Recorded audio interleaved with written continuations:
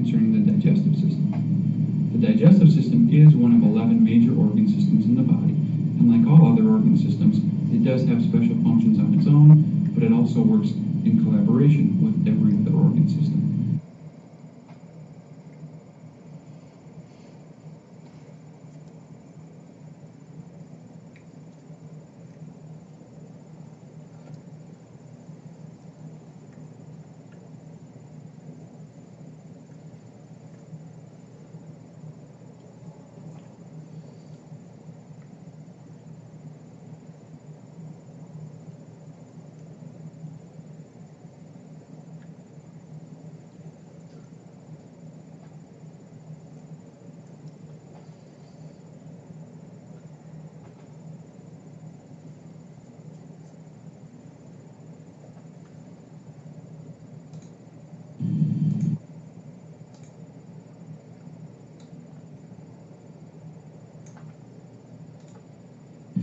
The digestive system has four primary functions.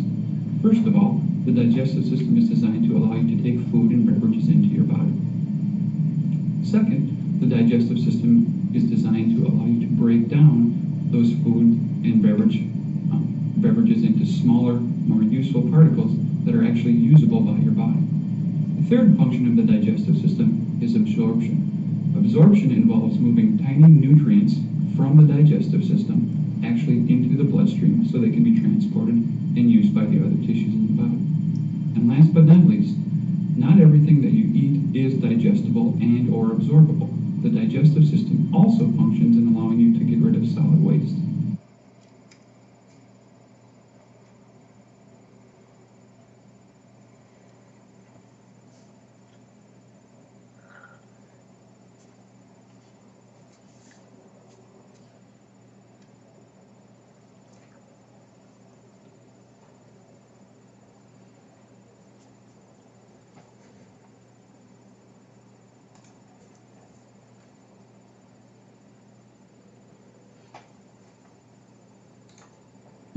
The digestive system, from an anatomical standpoint, is really divided into two subdivisions. The first subdivision will be the digestive tract, sometimes known as the gastrointestinal tract or the alimentary canal. And primarily this is a tube that's about 30 feet in length that starts at the mouth and ends at the anus. The alimentary canal consists of an oral cavity, a throat, an esophagus, a stomach, small intestines, and the large intestines.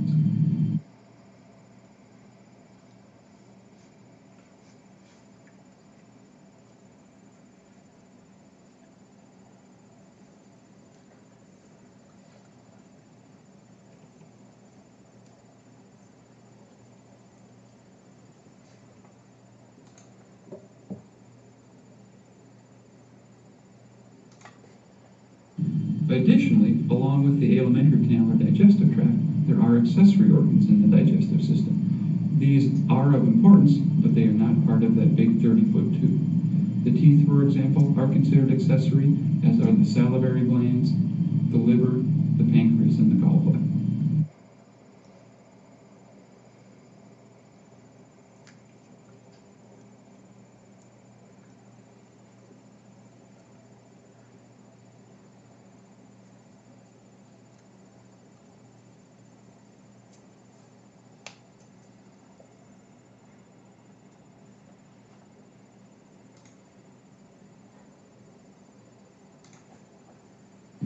Alright, what we're going to do today is follow the fate of food or beverages as it starts in the mouth and travels through the digestive system. Food or beverages come into the mouth, and that's where the digestive process starts. Your teeth are used, first of all, to physically break down food particles into smaller, more manageable pieces. Additionally, in your mouth, chemical digestion begins, especially with sugars, using saliva.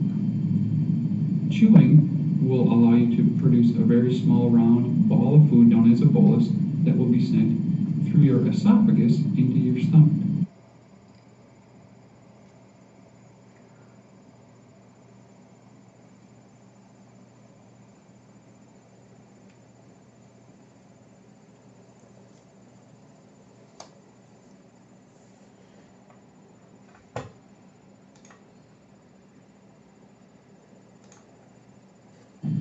Your stomach is the first primary organ in the alimentary canal. Its functions are to mix food that it receives with gastric juice. Gastric juice is a fairly nasty cocktail of chemicals that's designed primarily to break down proteins. Foods that are higher in protein concentration will remain in your stomach exposed to gastric juice for longer periods of time. Materials that don't have quite so much protein pass through to the small intestines more readily.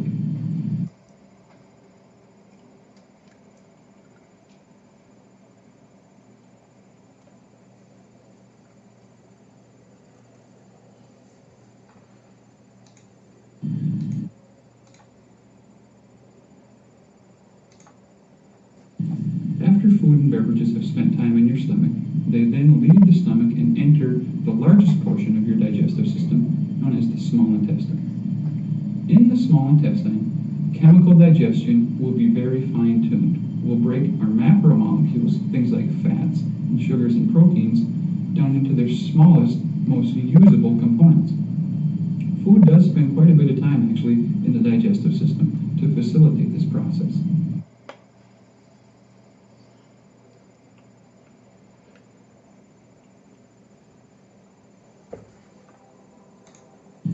After food and beverages have spent time in your stomach, they then leave the stomach and enter the largest portion of your digestive system, known as the small intestine. In the small intestine, chemical digestion will be very fine-tuned. We'll break our macromolecules, things like fats and sugars and proteins, down into their smallest, most usable components. Food does spend quite a bit of time, actually, in the digestive system to facilitate this process.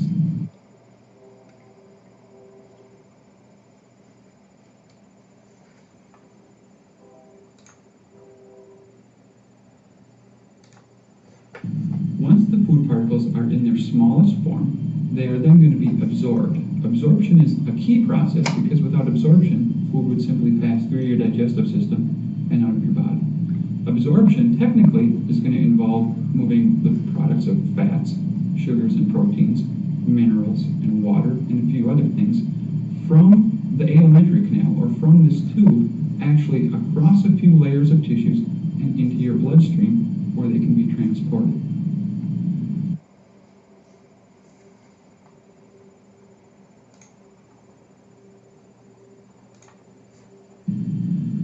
The large intestine is going to receive material from the small intestine, and primarily when we talk about material in the large intestines, even though there's still 5 or 6 feet of journey to take before the material leaves your body, we're primarily talking about feces. Not everything that comes into your body is digestible in the stomach or the small intestine, and not everything is absorbable. The material that remains is considered a waste product, and it must pass out of your body.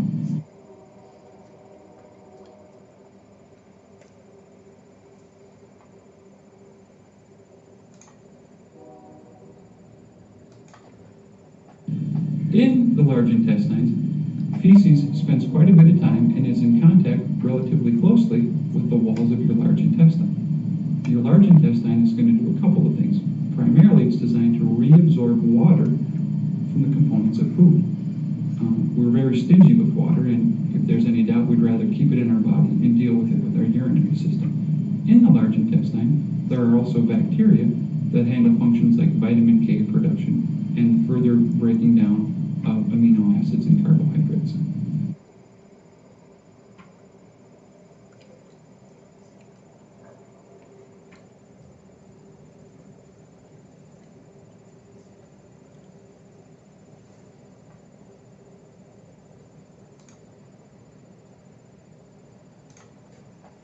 Last but not least, there are 2 rings of muscle at the bottom of the digestive system, known as the rectum and anus collectively. Material will move out of the body through the rectum and then through a couple of rings of smooth muscle and skeletal muscle known as the anus.